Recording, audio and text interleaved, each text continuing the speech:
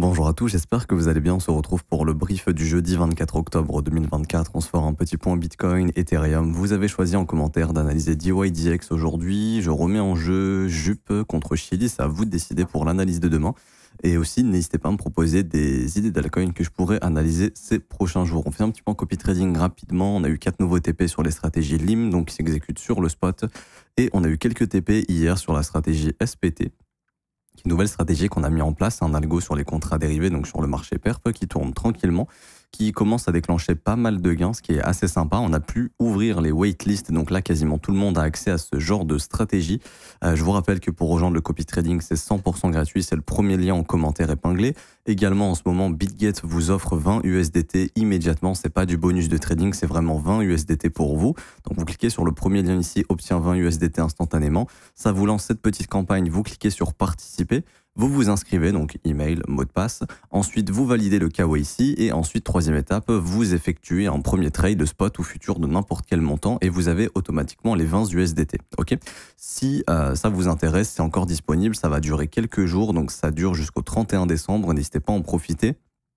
Et il y a les 500 premiers utilisateurs qui sont éligibles. Vous êtes déjà pas mal à l'avoir fait. Donc si vous voulez le faire, c'est maintenant parce que je pense dans quelques jours, ce sera terminé. On a beaucoup qui ont profité justement des 20 USDT. Ensuite, pour rejoindre le copy trading, vous cliquez sur le deuxième lien juste ici, rejoindre copy trading. Vous mettez votre prénom, email, identifiant BitGet. Vous cliquez sur rejoindre et par mail, vous allez recevoir le lien en fait de la plateforme de trading, de copy trading, pardon. Et ensuite, vous regardez cette vidéo ici, configurer le copy trading. Et s'il vous plaît, je vous invite à rejoindre le Discord car il y a eu pas mal de changements au niveau des stratégies qui sont disponibles que je vous montrerai dans la vidéo. Il y en a beaucoup qui sont arrivés. Il y a de nouvelles stratégies qui arrivent. Il y en a qui sont arrivées il y a quelques jours. Et il y a les stratégies SPT sur le PERP qui sont active. Donc rejoignez le Discord, c'est important, c'est gratuit également. Et en fait, dans la partie ici, copy trading, vous aurez toutes les mises à jour, les stratégies intra, les updates, les stratégies LIM, les résultats, etc. Les témoignages des membres qui utilisent le copy trading. Donc là, on a Chris ici qui est sur la stratégie SPT et qui a pu aussi enjoy justement du TP sur cette stratégie. Et plein d'autres témoignages également. Vous avez aussi le salon de discussion pour échanger avec nous, poser vos questions si jamais vous en avez besoin. Donc n'hésitez pas à rejoindre. Aussi, on vous fait les résultats journaliers tous les jours et aussi les performances des stratégies qui ont été backtestées sur plusieurs mois, voire plusieurs années. Comme ça, il y a full transparence. On s'arrête ici et on va pouvoir commencer avec Bitcoin. Alors, pour revenir sur Bitcoin, vous vous rappelez, hier, on avait vu ce petit range ici et la bonne nouvelle, c'est qu'on a eu d'abord la chasse au stop au sud et ça, c'est positif. Et en fait, après la chasse au stop au sud, ce qu'on veut voir, c'est la formation d'imbalance qui montre que le mouvement, qu'on peut prendre à contre-pied ce mouvement baissier. Donc ici, voyons la chasse au stop, mais il n'y a pas de formation d'imbalance. Donc le marché fait quoi? Fait encore une jambe baissière qui est totalement corrélée au Nasdaq. Hier, on était vraiment encore corrélé au Nasdaq d'une façon extrême. Vous voyez, pendant le dump du Nasdaq, Bitcoin a dump. Et dès que le Nasdaq ici a bottom, regardez où je mets ma souris, regardez Bitcoin à gauche. Hop, dès qu'on a bottom sur le Nasdaq, Bitcoin en a profité pour remonter également. Et du coup, ici, là, on a la formation d'un imbalance ici qui montre qu'effectivement, on a de la force et qu'on est potentiellement prêt à prendre à contre-pied. Donc là, c'est ce qu'on appelle un breakaway gap puisque cet imbalance est resté ouvert. Là, on a également un deuxième qui, lui, risque d'être éventuellement travaillé. Mais dans l'idée, pour l'instant, ce mouvement est haussier. Et tant qu'il est haussier, il y a un objectif qui me semblait être assez clair. C'est ce sommet qui couvre tous les stops qu'on a accumulés ici, des 68 000 $. Et je pense que les gens ont pas mal short sur ce mouvement. Bon, moi, perso, j'ai des indicateurs personnels qui, d'un point de vue order flow, qui m'indiquent qu'on a eu énormément de gens qui ont short ce dip ici, mais surtout sur les réseaux où je voyais que des charts bearish en fait. Donc je pense qu'il y a pas mal de gens qui se sont jetés dans le short ici, tout simplement. Et du coup, je pense qu'on va possiblement au moins aller prendre les stops au-dessus des 68 000 $. Et en fait, ça correspond tout simplement à l'imbalance daily qu'on est en train de couvrir ici au-dessus du sommet de mardi, qui est aux 67 836 $. Donc je pense qu'on va venir tester cette imbalance daily et là on va être fixé. Parce que si le marché répond à cette imbalance et nous rejette, à ce moment-là, ça confirme bien que là, il y a un repli baissier. Et je pense que l'objectif, j'en ai déjà parlé, ce sera au moins cette imbalance haussière, donc sous les 64 768 $. Si on casse cette imbalance baissière, ici, c'est très positif. Là, il n'y a plus rien qui nous arrête pour aller faire le squeeze au-dessus des 70 000 $ et enfin récupérer le sommet trimestriel qu'on voit là. Et du coup, les stops de tous les gens qui ont shorté ce dip ici. Ok, il faut absolument casser l'imbalance. Si on la casse pas, on peut vraiment changer le flux, c'est-à-dire commencer à rentrer dans un flux baissier jusqu'à ce qu'on trouve un bottom. Et en termes de probabilité, bon, ce serait cet imbalance ici. Et pourquoi pas, d'ailleurs, que là, ce que vous voyez, la bougie de mercredi soit le plus bas weekly de cette semaine. Donc jeudi fait ça, vendredi ça fait mumuse, où ça va tester l'imbalance, samedi, dimanche ça rejette, et par exemple, du coup là la semaine est finie, et du coup, ce que vous voyez là, ça sera le plus bas de la semaine, enfin la semaine prochaine, cette bougie sera le plus bas de la semaine passée, ok. Ce qui fera que grosso modo, on aura ici la validation d'un imbalance haussier en weekly. Et juste là. Et en gros, ce à quoi il faudra s'attendre la semaine prochaine, c'est par exemple la prise de ce plus bas pour venir dans l'imbalance, que la semaine, qu'on ait un début de semaine à la baisse, qu'on remonte, et que la semaine ici, attendez, là, je me suis trompé de date, hop. Donc la semaine prochaine, tac, on va dans l'imbalance, on remonte, et la semaine des élections, on a le breakout direction la TH. Ok, parce que là, la semaine du 4 novembre, ça sera la semaine des élections. Et si on lit le prix, c'est ce à quoi on peut s'attendre éventuellement. Dernière baisse, par exemple, pour aller chercher l'imbalance weekly. Et ensuite, la semaine d'après, bam, le breakout qui nous ramène sur la TH avec les élections, etc. etc. C'est un gros événement, ça va être un gros événement de liquidité. Qui dit événement de liquidité dit prise de liquidité importante. Et la plus grosse prise de liquidité, maintenant, c'est au-dessus de la TH éventuellement.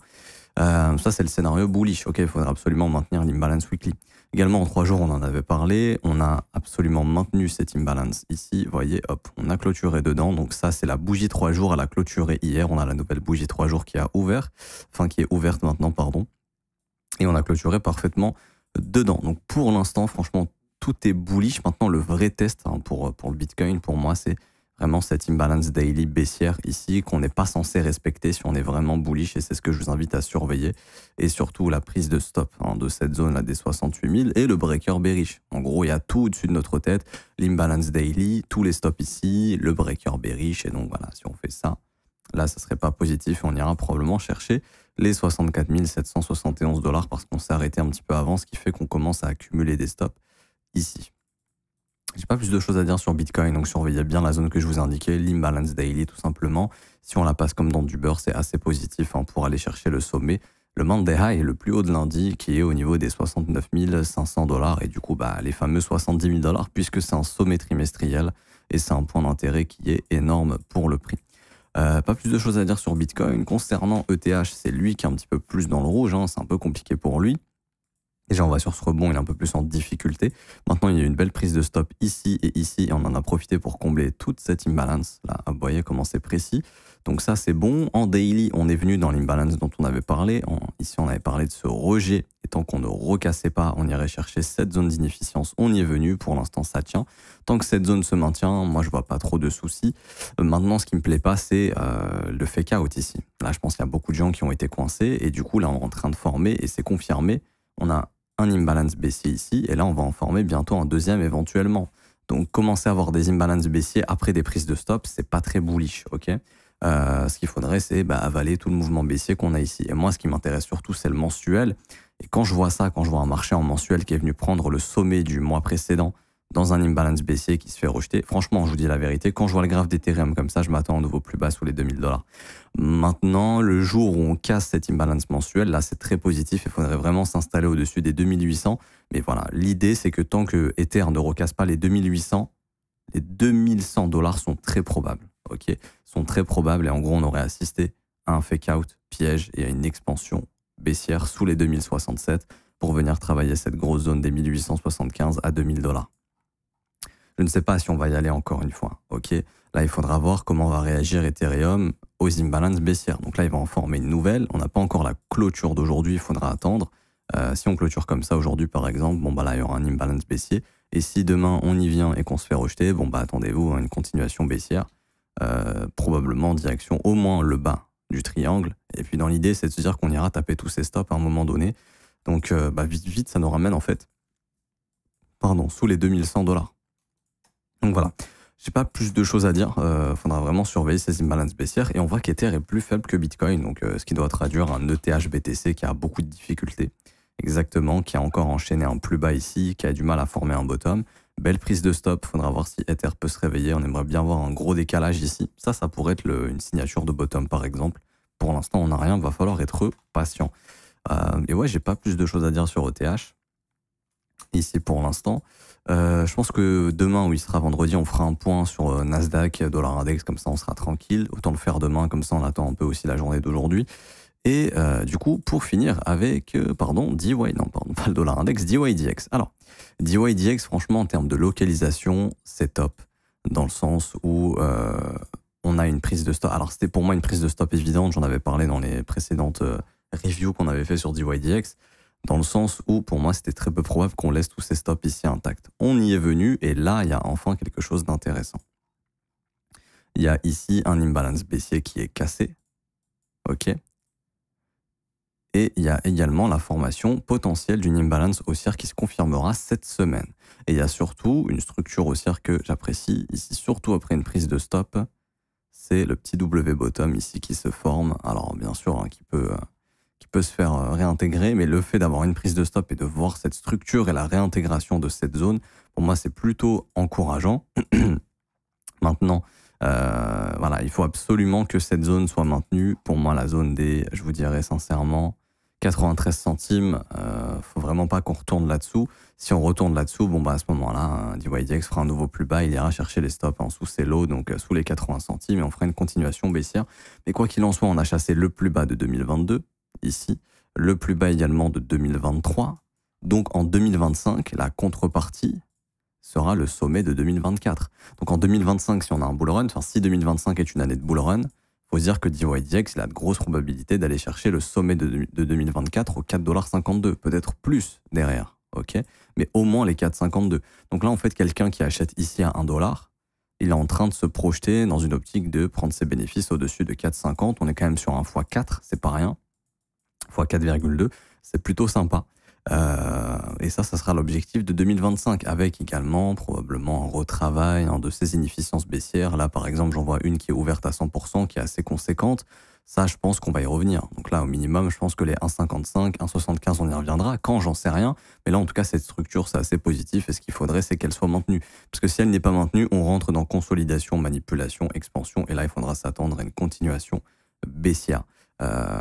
Malheureusement. Donc il faudra faire attention à tout ça. Le point faible de DYDX, c'était sa tokenomics. Il y avait beaucoup trop de tokens en circulation, enfin, de tokens qui allaient être relâchés, qui ont été relâchés. C'est ce qui a tué le prix.